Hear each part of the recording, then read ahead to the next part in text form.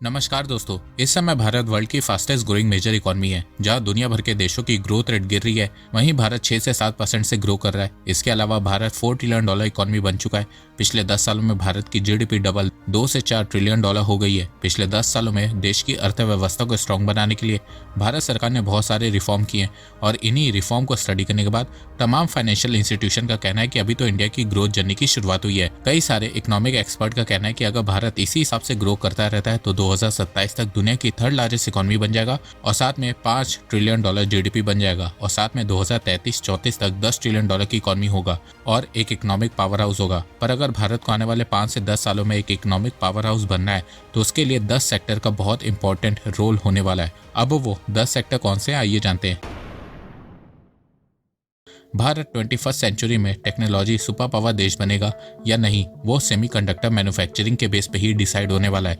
Semiconductor दुनिया का digital brain है। सेमीकंडक्टर्स को समझना मतलब दुनिया की इकोनॉमी को समझना है। जैसे तेल के बिना कार नहीं चलती है, वैसे ही आज के जमाने में smartphone, laptop, AI, defence system, satellite, electric vehicle सब कुछ सेमीकंडक्टर पे ही चल रहा है। आप जो वीडियो देख रहे हो उसके पीछे भी एक चिप का मैजिक है और इसीलिए कंट्रीज के बीच इस समय एक चिप वॉर शुरू हो चुकी है। 2024 में सेमीकंडक्टर इंडस्ट्री की वैल्यू थी लगभग $600 बिलियन और 2030 तक प्रेडिक्ट की जा रही है कि $1 ट्रिलियन को क्रॉस कर जाएगी। मतलब पैसा ही पैसा। लेकिन प्रॉब्लम यह है कि दुनिया के सिर्फ कुछ कंट्रीज ही इसमें टॉप पर हैं। Taiwan, south Korea, USA, China और जापान। ताइवान की TSMC और साउथ कोरिया की सैमसंग आज के समय सबसे ज्यादा चिप बना रहे हैं। ताइवान अकेले दुनिया के 60% चिप बनाता है। साउथ कोरिया मेमोरी चिप में किंग है। यूएसए डिजाइन और R&D में लीडर है और चाइना रॉ मटेरियल का सप्लायर किंग है। लेकिन एक कॉमन प्रॉब्लम है जियोपॉलिटिक्स। अगर ताइवान पर चाइना अटैक करता है तो पूरी दुनिया की सप्लाई चेन कोलैप्स हो सकती है। तो इसी के चलते आज के समय दुनिया की जो टॉप इकोनॉमीज हैं वो अपने यहाँ सेमीकंडक्टर मैन्युफैक्चरिंग को पुश कर रही हैं और अब भारत भी यही कर रहा है। इंडिया ने 2021 में सेमीकॉन इंडिया प्रोग्राम लॉन्च किया था जिसमें गवर्नमेंट ने $10 बिलियन इंसेंटिव अनाउंस किया था। ऑब्जेक्टिव क्लियर था, इंडिया में चिप मैन्युफैक्चरिंग से लेकर डिजाइनिंग, असेंबली, टेस्टिंग और रिसर्च को प्रमोट करना था। सेंट्रल गवर्नमेंट के अलावा भारत के कई स्टेट भी सेमीकंडक्टर की रेस में कूद गए। गुजरात, उत्तर प्रदेश, कर्नाटका, तमिलनाडु की सरकार ने अपने यहाँ अलग से सेमीकंडक्टर पॉलिसी लॉन्च की जिसमें लैंड अलॉटमेंट, पावर सब्सिडीज और सिंगल विंडो क्लियरेंस प्रॉमिस किया गया। जिसके बाद कई ग्लोबल कंपनीज और साथ में इंडियन कंपनीज ने इन्वेस्टमेंट करना शुरू किया और अब भारत में कई राज्यों के बीच सेमीकंडक्टर की रेस शुरू हो गई है और इस समय इस रेस में सबसे आगे गुजरात है। गुजरात में कई कंपनीज ने इन्वेस्टमेंट किया है जैसे कि टाटा ढोलेरा में 91,000 करोड़ रुपए की AI enable chip fabrication facility बना रहा है। इसके अलावा सनन में 3 companies Micron technology, CG power and Renesas और Kaynes Semicon ATMT facility, OSAT backend unit, fab and backend assembly facility बना रही है। 2026 से भारत में भी सेमीकंडक्टर मैन्युफैक्चरिंग शुरू हो जाएगी और भारत को पहली सेमीकंडक्टर चिप गुजरात के ढोलेरा से ही मिलने वाली है। ढोलेरा को इंडिया का फ्यूचर सेमीकंडक्टर हब बोला जा रहा है। अब सवाल यह है कि ढोलेरा ही क्यों? तो देखो सिंपल सी बात है, अगर आपको सेमीकंडक्टर इंडस्ट्री सेटअप करनी है तो उसके लिए वाटर, पावर, कनेक्टिविटी, पॉलिसी सब वर्ल्ड क्लास चाहिए। तो ढोलेरा नेचुरल चॉइस है। ढोलेरा सिर्फ एक सिटी नहीं है, एक विजन है। ढोलेरा भारत की पहली कॉमर्शियल, इंडस्ट्रियल के साथ साथ रेसिडेंशियल सिटी भी होने वाली है। ढोलेरा में ऑलरेडी बड़ी बड़ी कंपनीज ने इन्वेस्टमेंट करना शुरू कर दिया है। इसके अलावा ढोलेरा में चाइना से बेटर इंफ्रास्ट्रक्चर बन रहा है। मानसून के समय ढोलेरा में भी पानी बढ़ जाता है तो उसके लिए प्रॉपर रिवर फ्रंट बनाया जा रहा है। ढोलेरा में सब कुछ अंडरग्राउंड रहने वाला है। Sewage pipeline, gas pipeline, drainage pipeline. Dholera में वेस्ट मैनेजमेंट सिस्टम पे भी बहुत काम हो रहा है जिससे वहां का एनवायरमेंट खराब ना हो। ढोलेरा को मैन्युफैक्चरिंग हब बनाने के लिए इजी बिजनेस पॉलिसी बनाई जाएगी जिसके चलते कंपनीज को लंबे प्रोसीजर से होकर नहीं गुजरना पड़ेगा। ढोलेरा का अपना एक एडमिनिस्ट्रेशन टावर होगा, ABCD बिल्डिंग। कंपनीज को मैन्युफैक्चरिंग के लिए सारा अप्रूवल एक जगह से ही मिल जाएगा जिसके चलते ढोलेरा में मैन्युफैक्चरिंग करना बहुत आसान हो जाएगा। इसके अलावा ढोलेरा कोस्टल रीजन के भी पास है जिसके चलते ढोलेरा से एक्सपोर्ट करना भी बहुत आसान होने वाला है। तो आने वाले समय में ढोलेरा में जैसे जैसे कंपनीज और आएंगी, मैन्युफैक्चरिंग बढ़ेगी, वैसे वैसे ढोलेरा में रियल एस्टेट की प्राइस भी बढ़ने लगेगी और ये आपको हिस्ट्री में भी देखने को मिलेगा, जैसे कि मुंबई, बेंगलोर और अब धुलेरा में भी रियल एस्टेट की प्राइस बढ़ती जा रही है। तो अगर आपको धुलेरा से रिलेटेड कोई भी इंफॉर्मेशन चाहिए या इन्वेस्टमेंट रिलेटेड इंफॉर्मेशन चाहिए तो आप नेस्टोरिया ग्रुप से कॉन्टैक्ट कर सकते हैं। कॉन्टैक्ट नंबर डिस्क्रिप्शन में दिया गया है। गवर्नमेंट का विजन है कि 2030 तक इंडिया सेमीकंडक्टर सप्लाई चेन का एक मेजर हब बन जाए। इंडिया में चिप मैन्युफैक्चरिंग से लेकर डिजाइनिंग, असेंबली, टेस्टिंग और रिसर्च सब कुछ हो। इस समय इंडिया में 10 चिप प्रोजेक्ट चल रहे हैं और फ्यूचर में प्रोजेक्ट के नंबर और तेजी से बढ़ने ही वाले हैं। इंडिया यहाँ पे ताइवान का मॉडल से सीख रहा है। ताइवान ने कंपनीज को सब्सिडीज दिया, स्किल्ड मैन पावर को ट्रेन किया और ग्लोबल डिमांड कैप्चर किया। इंडिया अगर इसी मॉडल पे फ्यूचर में भी चलता रहता है तो इंडिया का फ्यूचर ब्राइट है। सेमीकंडक्टर के बाद इंडिया को इकोनॉमिक पावर हाउस बनाने में अगर कोई सेक्टर मेजर रोल प्ले कर सकता है तो वो है इलेक्ट्रॉनिक सेक्टर। बहुत से देशों ने अपनी अर्थव्यवस्था को इलेक्ट्रॉनिक मैन्युफैक्चरिंग के दम पे मजबूत किया है और अब भारत भी यही करने की कोशिश में लगा हुआ है। पिछले 10 सालों से भारत में इलेक्ट्रॉनिक मैन्युफैक्चरिंग बढ़ती जा रही है, जिसके चलते भारत का इलेक्ट्रॉनिक एक्सपोर्ट भी बढ़ता जा रहा है। 2014 में भारत ने $29 बिलियन की इलेक्ट्रॉनिक प्रोडक्शन की थी, जो 2024 में बढ़ के $135 बिलियन हो गई है। पिछले 10 साल में एक्सपोर्ट 38,000 करोड़ रुपए से बढ़ के 3,27,000 करोड़ रुपए हो गए हैं।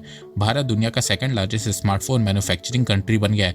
2014 में भारत में सिर्फ 18,000 करोड़ की वैल्यू की स्मार्टफोन प्रोडक्शन हुई थी, वो अब 5.5 लाख करोड़ रुपए पहुंच गई है। एक्सपोर्ट 5,000 करोड़ से 2 लाख करोड़ को क्रॉस कर गया है। 2014 में भारत में 90% स्मार्टफोन इंपोर्ट होते थे। आज के समय भारत में जो स्मार्टफोन यूज हो रहे हैं वो 97% मेड इन इंडिया है। एप्पल, सैमसंग के स्मार्टफोन इंडिया में मैन्युफैक्चर और असेंबल हो रहे हैं। भारत की जीडीपी में इलेक्ट्रॉनिक सेक्टर का कंट्रीब्यूशन 3% है, पर आने वाले समय में ये 5 से 6% हो जाएगा। भारत की इलेक्ट्रॉनिक इंडस्ट्री में 13 मिलियन लोग डायरेक्ट और इनडायरेक्ट जॉब करते हैं। इंडिया में मैन्युफैक्चरिंग को बढ़ाने के लिए भारत सरकार ने 1 अप्रैल 2020 को PLI production linked incentive scheme launch की थी। इस स्कीम में भारत सरकार का कहना है कि अगर कोई भी कंपनी भारत में मैन्युफैक्चरिंग करती है तो उन कंपनीज को भारत सरकार की तरफ से इंसेंटिव मिलेगा। इंसेंटिव कमाने के लिए हर सेक्टर में अलग अलग नियम कानून बनाए गए हैं। उसमें से कॉमन रूल सभी सेक्टर के लिए यह है कि कंपनी को मैन्युफैक्चरिंग भारत में करना पड़ेगा। मतलब आप कोई भी प्रोडक्ट बना रहे हो वो प्रोडक्ट आपको भारत में ही बनाना पड़ेगा। डिफरेंट कंट्री से पार्ट मंगवा के भारत में असेंबल करने वाली कंपनीज को इंसेंटिव नहीं दिया जाएगा। PLI स्कीम से भारत धीरे धीरे इलेक्ट्रॉनिक मैन्युफैक्चरिंग हब बनता जा रहा है। वर्ल्ड बैंक ने भी PLI स्कीम की तारीफ की है। वर्ल्ड बैंक का मानना है कि PLI स्कीम से भारत की अर्थव्यवस्था में भी काफी सुधार आया है। तो देखा जाए PLI स्कीम से भारत को अच्छा खासा फायदा हुआ है, पर अभी तो ये सिर्फ शुरुआत हुई है। नेक्स्ट 10 ईयर्स में PLI स्कीम इंडिया के इलेक्ट्रॉनिक सेक्टर के लिए गेम चेंजर साबित होने वाली है। भारत फार्मास्यूटिकल सेक्टर में एक महाशक्ति है। पैंडेमिक के समय भारत ने पूरी दुनिया को बता दिया था कि क्यों उसे फार्मेसी ऑफ द वर्ल्ड कहा जाता है। भारत ने वैक्सीन मैत्री के अंडर 100 से ज्यादा देशों को फ्री वैक्सीन दी थी। भारत के इस एक्शन की सराहना यूनाइटेड नेशन जनरल असेंबली में वर्ल्ड लीडर्स ने भी की थी। इस समय भारत वर्ल्ड का लार्जेस्ट वैक्सीन प्रोड्यूसर है। दुनिया की 50% वैक्सीन की डिमांड भारत ही फुलफिल करता है। इसके अलावा इंडिया वर्ल्ड का लार्जेस्ट जेनेरिक मेडिसिन का प्रोड्यूसर है। US की 40% और UK की 25% जेनेरिक मेडिसिन की डिमांड भारत फुलफिल करता है। WHO की 65% DPT और BCG वैक्सीन और 90% मीजल्स वैक्सीन की मांग को भी भारत पूरी करता है। अमेरिका के बाद भारत के पास सबसे ज्यादा US FDA approved pharma plant है। भारत की फार्मा इंडस्ट्री वॉल्यूम के हिसाब से वर्ल्ड की 3rd लार्जेस्ट इंडस्ट्री है और वैल्यू के हिसाब से 13th लार्जेस्ट इंडस्ट्री है। भारत के फार्मा सेक्टर का भारत की अर्थव्यवस्था में बहुत योगदान है। भारत के फार्मा सेक्टर की मार्केट साइज $55 बिलियन है। 2030 तक ये $130 बिलियन को क्रॉस कर जाएगी। भारत के पास 60,000 से ज्यादा जेनेरिक ब्रांड्स हैं। भारत का फार्मा मार्केट हर साल 10 से 12% की ग्रोथ से बढ़ रहा है। वर्ल्ड की टॉप 10 जेनेरिक कंपनीज में से भारत की 4 कंपनी है। भारत में 3,000 फार्मा कंपनी है और उनके 10,500 से ज्यादा मैन्युफैक्चरिंग प्लांट है। फाइनेंशियल ईयर 2025 में भारत की फार्मास्यूटिकल इंडस्ट्री ने $30 बिलियन का एक्सपोर्ट किया था और जिस हिसाब से भारत का फार्मा एक्सपोर्ट बढ़ रहा है 2030 तक ये डबल हो जाएगा। तो देखा जाए भारत की फार्मा इंडस्ट्री कोई छोटी मोटी इंडस्ट्री नहीं है और कई मामलों में भारत की pharma industry China, Japan, USA, European देशों से भी बहुत आगे है और इन्हीं सब खूबियों के चलते भारत को फार्मेसी ऑफ द वर्ल्ड कहा जाता है। पर भारत के फार्मा सेक्टर में कुछ खामियां भी हैं जिसे भारत सरकार दूर करने में लगी हुई है। जैसे कि Bharat API active pharmaceutical ingredients और मेडिकल डिवाइसेस के मामले में बहुत पीछे है। भारत 70% API और 80% मेडिकल डिवाइसेस इंपोर्ट करता है। तो इंपोर्ट को कम करने के लिए भारत सरकार ने फार्मा सेक्टर में 100% FDI फॉरेन डायरेक्ट इन्वेस्टमेंट को अलाउ कर दिया है और साथ में PLI स्कीम को फार्मा सेक्टर से जोड़ दिया है। अब जो कंपनीज भारत में क्रिटिकल API और मेडिकल डिवाइसेस बनाएगी उन कंपनीज को आने वाले 5 सालों में 15,000 करोड़ का इंसेंटिव मिलेगा। भारत सरकार चाहती है कि भारत फार्मास्यूटिकल सेक्टर में सेल्फ डिपेंडेंट बने और भारत को $10 ट्रिलियन इकोनॉमी बनने में योगदान दे। इंफॉर्मेशन टेक्नोलॉजी की शुरुआत भले ही अमेरिका में हुई हो, पर आज भारत वर्ल्ड का आईटी हब बन चुका है। अगर आज इंफॉर्मेशन टेक्नोलॉजी नाम का कोई देश होता तो उसकी कैपिटल भारत ही होता। वो इसलिए क्योंकि दुनिया भर की बड़ी बड़ी टेक कंपनीज के सीईओ इंडियंस हैं। भारत आईटी बीपीओ का लार्जेस्ट एक्सपोर्टर है। 55% global outsourcing market share Bharat के पास है। भारत की आईटी इंडस्ट्री में 17,000 से ज्यादा फर्म्स हैं। एम्प्लॉयमेंट की बात करें तो भारत के आईटी इंडस्ट्री में 5.5 मिलियन एम्प्लॉयज हैं। इनडायरेक्ट एम्प्लॉयमेंट 10 मिलियन से ज्यादा है। भारत की इकोनॉमिक ग्रोथ में आईटी सेक्टर एक बहुत अहम भूमिका निभाता है। जहां 1998 में आईटी सेक्टर का कंट्रीब्यूशन भारत की जीडीपी में सिर्फ 1.2% था, वो अब 8% हो गया और 2030 तक यह 10% हो जाएगा। इसके अलावा भारत की आईटी इंडस्ट्री भारत की डिजिटल इकोनॉमी को भी बहुत सपोर्ट करती है। यूपीआई जैसा पेमेंट सिस्टम आज किसी भी देश के पास नहीं है और अब एआई भी आ चुका है जो इंडिया के आईटी सेक्टर को और ज्यादा पुश करेगा। और ऐसा मैं इसलिए कह रहा हूँ क्योंकि फाइनेंशियल ईयर 2025 में भारत के आईटी इंडस्ट्री ने $224 बिलियन का एक्सपोर्ट किया था। भारत का सर्विस एक्सपोर्ट जो तेजी से बढ़ता जा रहा है उसके पीछे आईटी सेक्टर है। इंडिया के आईटी सेक्टर की मार्केट साइज इस समय $350 बिलियन है और 2030 तक ये $1 ट्रिलियन को क्रॉस कर जाएगी। इसके अलावा भारत के आईटी सेक्टर में बहुत से स्टार्टअप भी लॉन्च हो रहे हैं। World largest tech startup hub के मामले में भारत 3rd नंबर पे आ चुका है। भारत के आईटी सेक्टर में सबसे ज्यादा फॉरेन डायरेक्ट इन्वेस्टमेंट आता है, तो फ्यूचर में भारत का आईटी सेक्टर इंडियन इकोनॉमी को $10 ट्रिलियन इकोनॉमी बनने में बहुत हेल्प करने वाला है। भारत इस समय वर्ल्ड का लार्जेस्ट ट्रैक्टर, 2 व्हीलर और 3 व्हीलर मैन्युफैक्चरर है। 2nd लार्जेस्ट बस मैन्युफैक्चरर है। वर्ल्ड का 3rd largest heavy truck manufacturer है और 4th लार्जेस्ट कार मैन्युफैक्चरर है। इस समय भारत में 48 ऑटोमोबाइल कंपनी है, 12 2 व्हीलर कंपनी है और 747 ऑटो कंपोनेंट बनाने वाली कंपनीज हैं। इंडियन ऑटोमोटिव इंडस्ट्री की मार्केट साइज $250 बिलियन है और एक्सपोर्ट में ऑटोमोबाइल सेक्टर का कंट्रीब्यूशन 8% है। इसके अलावा ऑटोमोबाइल सेक्टर का कंट्रीब्यूशन भारत की जीडीपी में 7% है। भारत का ऑटोमोबाइल सेक्टर लगभग 37 मिलियन एम्प्लॉयमेंट जनरेट करता है। पिछले 10 सालों में इंडियन ऑटोमोबाइल इंडस्ट्री बहुत तेजी से ग्रो हुई है। जहां 2013 में India 10th largest auto market था, वहीं 2023 में भारत जापान को बीट करके world 3rd largest auto market बन गया है। कई एक्सपर्ट का कहना है कि अभी तो इंडियन ऑटोमोबाइल इंडस्ट्री की ग्रोथ की शुरुआत हुई है। 2026 तक भारत की ऑटोमोबाइल इंडस्ट्री वर्ल्ड की 3rd लार्जेस्ट ऑटोमोबाइल इंडस्ट्री बन जाएगी और इंडियन ऑटोमोबाइल इंडस्ट्री की मार्केट साइज $300 बिलियन से ज्यादा की हो जाएगी। The international energy agency IEA ने बताया कि दूसरे देशों के मुकाबले अभी भारत में बहुत कम लोगों के पास कार है, पर जिस तरीके से भारत की इकोनॉमी ग्रो हो रही है, इंफ्रास्ट्रक्चर स्ट्रांग हो रहा है, भारत में लोगों की इनकम बढ़ रही है, तो इन सब रीजन के चलते आने वाले कुछ सालों में भारत में गाड़ियों के नंबर और तेजी से बढ़ने वाले हैं। अभी इस समय भारत में पर 1000 इंडिविजुअल में से 22 लोगों के पास कार है, पर IEA ने अनुमान लगाया कि 2030 तक पर 1000 इंडिविजुअल में से 70 लोगों के पास कार होगी और नेक्स्ट 2 डिकेड मतलब कि आने वाले 20 सालों में भारत में पर 1000 इंडिविजुअल्स में से 175 लोगों के पास कार होगी। तो आने वाले 20 सालों में भारत का ऑटोमोबाइल मार्केट बहुत तेजी से बढ़ने वाला है, जिसके चलते भारत का ऑटोमोबाइल सेक्टर भी बहुत तेजी से ग्रो होने वाला है। इसके अलावा भारत अब इलेक्ट्रिक व्हीकल पे भी बहुत ज्यादा ध्यान दे रहा है। भारत को जम्मू में $3 ट्रिलियन का लिथियम का जैकपॉट मिला है, जिसके चलते भारत की इलेक्ट्रिक व्हीकल इंडस्ट्री भी तेजी से ग्रो होने वाली है। इस चीज को देखते हुए एक अनुमान लगाया गया है कि 2030 तक भारत का इलेक्ट्रिक व्हीकल मार्केट की साइज $240 बिलियन हो जाएगी। भारत का इलेक्ट्रिक व्हीकल मार्केट 49% की स्पीड से ग्रो कर रहा है और 2030 तक 5 करोड़ डायरेक्ट और इनडायरेक्ट जॉब क्रिएट करेगा। तो भारत के ऑटोमोबाइल सेक्टर का फ्यूचर बहुत अच्छा होने वाला है और ये इंडियन इकोनॉमी के लिए भी बहुत अच्छी बात है। इसके अलावा ऑटो कंपोनेंट सेक्टर में भी भारत बहुत तेजी से ग्रो कर रहा है। भारत ऑटो कंपोनेंट इंडस्ट्री का ग्लोबल हब बनता जा रहा है। इंडियन ऑटो कंपोनेंट की मार्केट साइज $80 बिलियन की हो चुकी है, जो 14% की ग्रोथ रेट से बढ़ भी रही है और 2030 तक ये $200 बिलियन को क्रॉस कर जाएगी। भारत हर साल जितना भी ऑटो कंपोनेंट प्रोड्यूस करता है उसका 15% एक्सपोर्ट कर देता है। भारत की ऑटो कंपोनेंट इंडस्ट्री में 1.5 मिलियन लोग काम करते हैं और भारत की जीडीपी में इसका कंट्रीब्यूशन 2.3% है। पर जिस स्पीड से भारत की ऑटो कंपोनेंट इंडस्ट्री ग्रो कर रही है, कहा जा रहा है कि 2030 तक ये 5 से 7% जीडीपी में कंट्रीब्यूट करेगी। भारत सरकार ऑटो कंपोनेंट सेक्टर की ग्रोथ को बढ़ाने के लिए 100% FDI को अलाउ कर दिया और साथ में PLI स्कीम को भी ऑटो सेक्टर से जोड़ दिया है, जिससे भारत का ऑटो इंपोर्ट कम हो सके और भारत सेल्फ रिलायंट बन सके, भारत की ऑटो इंडस्ट्री और तेजी से ग्रो कर सके। तो भारत को $10 ट्रिलियन इकोनॉमी बनाने में ऑटो सेक्टर का बहुत अहम योगदान होने वाला है। भारत में टेक्सटाइल का उदय हजारों साल पहले हुआ था।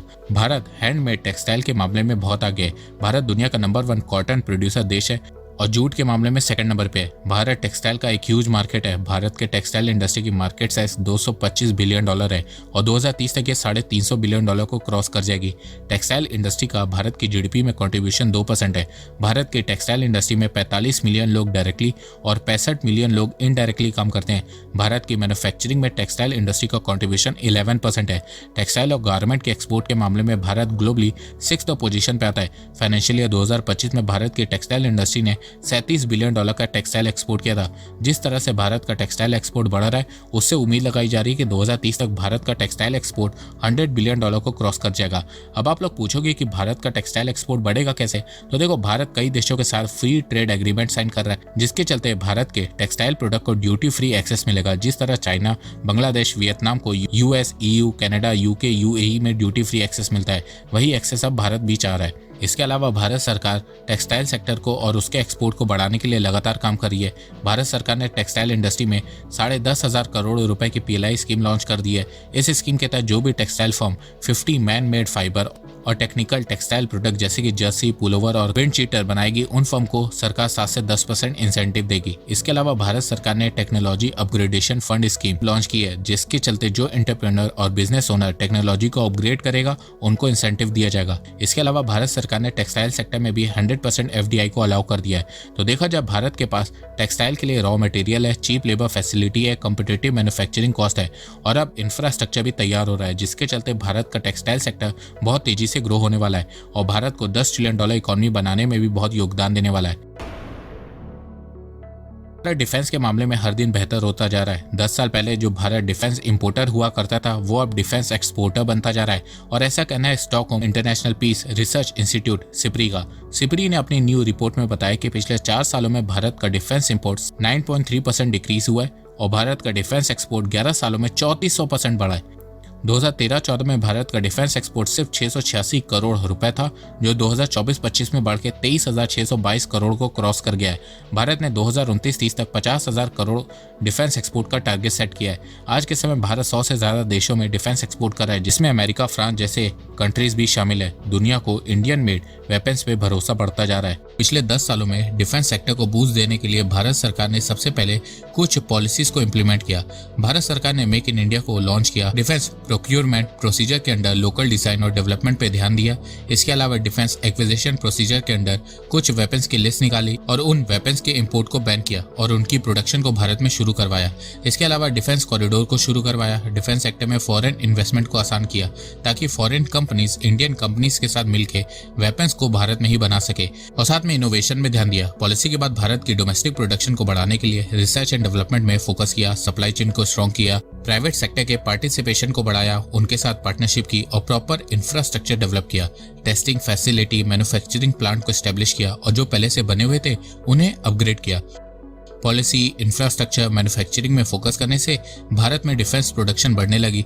भारत ने अपना पहला एयरक्राफ्ट कैरियर बनाया और इस मामले में दुनिया का 7वां नेशन भी बन गया। इसके अलावा BrahMos missile, Akash defence missile system, frigates, light combat aircraft, Tejas, कई तरह के रडार और यूएवी ड्रोन्स को बनाया।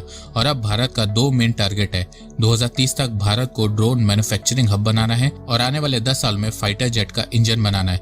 10 साल पहले हम इनमें से कुछ भी नहीं बना पाते थे, पर आज बना रहे हैं और अगर ऐसे ही चलता रहा तो आने वाले 10 सालों में हम अपना खुद का जेट इंजन भी बना लेंगे। पिछले 10-11 सालों में भारत ने अपना डिफेंस बजट 2.5 गुना बढ़ाया है। इसके चलते आज के समय भारत के डिफेंस इंडस्ट्रियल बेस में 16 डिफेंस पीएसयू है, 430 लाइसेंस कंपनी है, 16,000 एमएसएमईज हैं। और अगर भारत ऐसे ही अपने डिफेंस मैन्युफैक्चरिंग को बढ़ाता गया और अपने एक्सपोर्ट को बढ़ाता गया तो भारत डिफेंस सुपर पावर के साथ साथ इकोनॉमिक सुपर पावर भी बन जाएगा।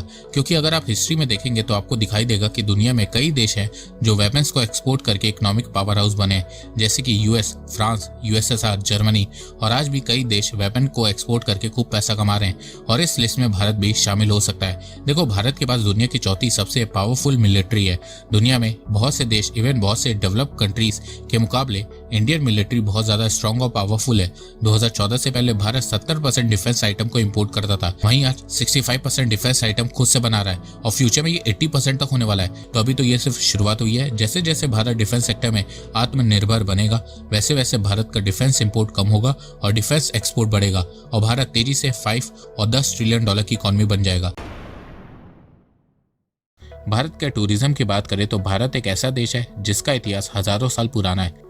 भारत की विविधता और प्राकृतिक सुंदरता को देखने के लिए दुनिया भर से लोग भारत आते हैं। भारत के हर कोने में सुंदरता छुपी हुई है। भारत के पास डिफरेंट कल्चर है, फूड है, फेस्टिवल है, स्पिरिचुअल साइट है, हेरिटेज है, लैंडस्केप है, हिस्टोरिकल मॉन्यूमेंट्स है, सब कुछ है। भारत के टूरिज्म को बढ़ाने के लिए भारत सरकार बहुत मेहनत भी कर रही है। योगा, आयुर्वेद, इंडियन कल्चर को हर इंटरनेशनल फोरम में प्रमोट कर रही है। टूरिज्म का कंट्रीब्यूशन इंडिया की जीडीपी में इस समय 5% है और एम्प्लॉयमेंट में 8% है। भारत के टूरिज्म इंडस्ट्री में 40 मिलियन लोग एम्प्लॉयड हैं। साल 2014 के बाद से भारत के टूरिज्म इंडस्ट्री में बहुत फास्ट ग्रोथ देखने को मिली है, जहां 2014 में भारत की जीडीपी में टूरिज्म इंडस्ट्री का कंट्रीब्यूशन $185 बिलियन का था, जो अब बढ़कर $250 बिलियन हो गया है। जहां 2014 में भारत में 7.6 मिलियन फॉरेन टूरिस्ट आए थे, वहीं 2024 में लगभग 9 मिलियन फॉरेन टूरिस्ट आए हैं। भारत की टूरिज्म इंडस्ट्री को जितना फायदा फॉरेन टूरिस्ट से होता है, उसे कहीं ज्यादा फायदा डोमेस्टिक टूरिस्ट से होता है। भारत के टूरिज्म इंडस्ट्री की ग्रोथ में टेम्पल टूरिज्म बहुत अहम रोल प्ले करता है। ऐसा इसलिए क्योंकि भारत के टूरिज्म में 60% शेयर रिलीजियस और स्पिरिचुअल टूरिज्म का है। भारत में बड़ी मात्रा में लोग रिलीजियस और स्पिरिचुअल टूर करते हैं। महाकुंभ इसका सबसे बड़ा एग्जाम्पल है। भारत में टेम्पल टूरिज्म को बूस्ट करने के लिए भारत सरकार बहुत काम कर रही है। जैसे कि भारत के कुछ स्टेट यूपी, उत्तराखंड, तमिलनाडु, ओडिशा, गुजरात, पंजाब, झारखंड, मध्य प्रदेश में बहुत पुराने और फेमस रिलीजियस टेम्पल हैं, उनके इंफ्रास्ट्रक्चर को इम्प्रूव करी है। टेम्पल टूरिज्म के अलावा फ्यूचर में मेडिकल टूरिज्म भी भारत की टूरिज्म इंडस्ट्री की ग्रोथ में बहुत इंपॉर्टेंट रोल प्ले करने वाला है। मेडिकल टूरिज्म भारत का एक ग्रोइंग सेक्टर है।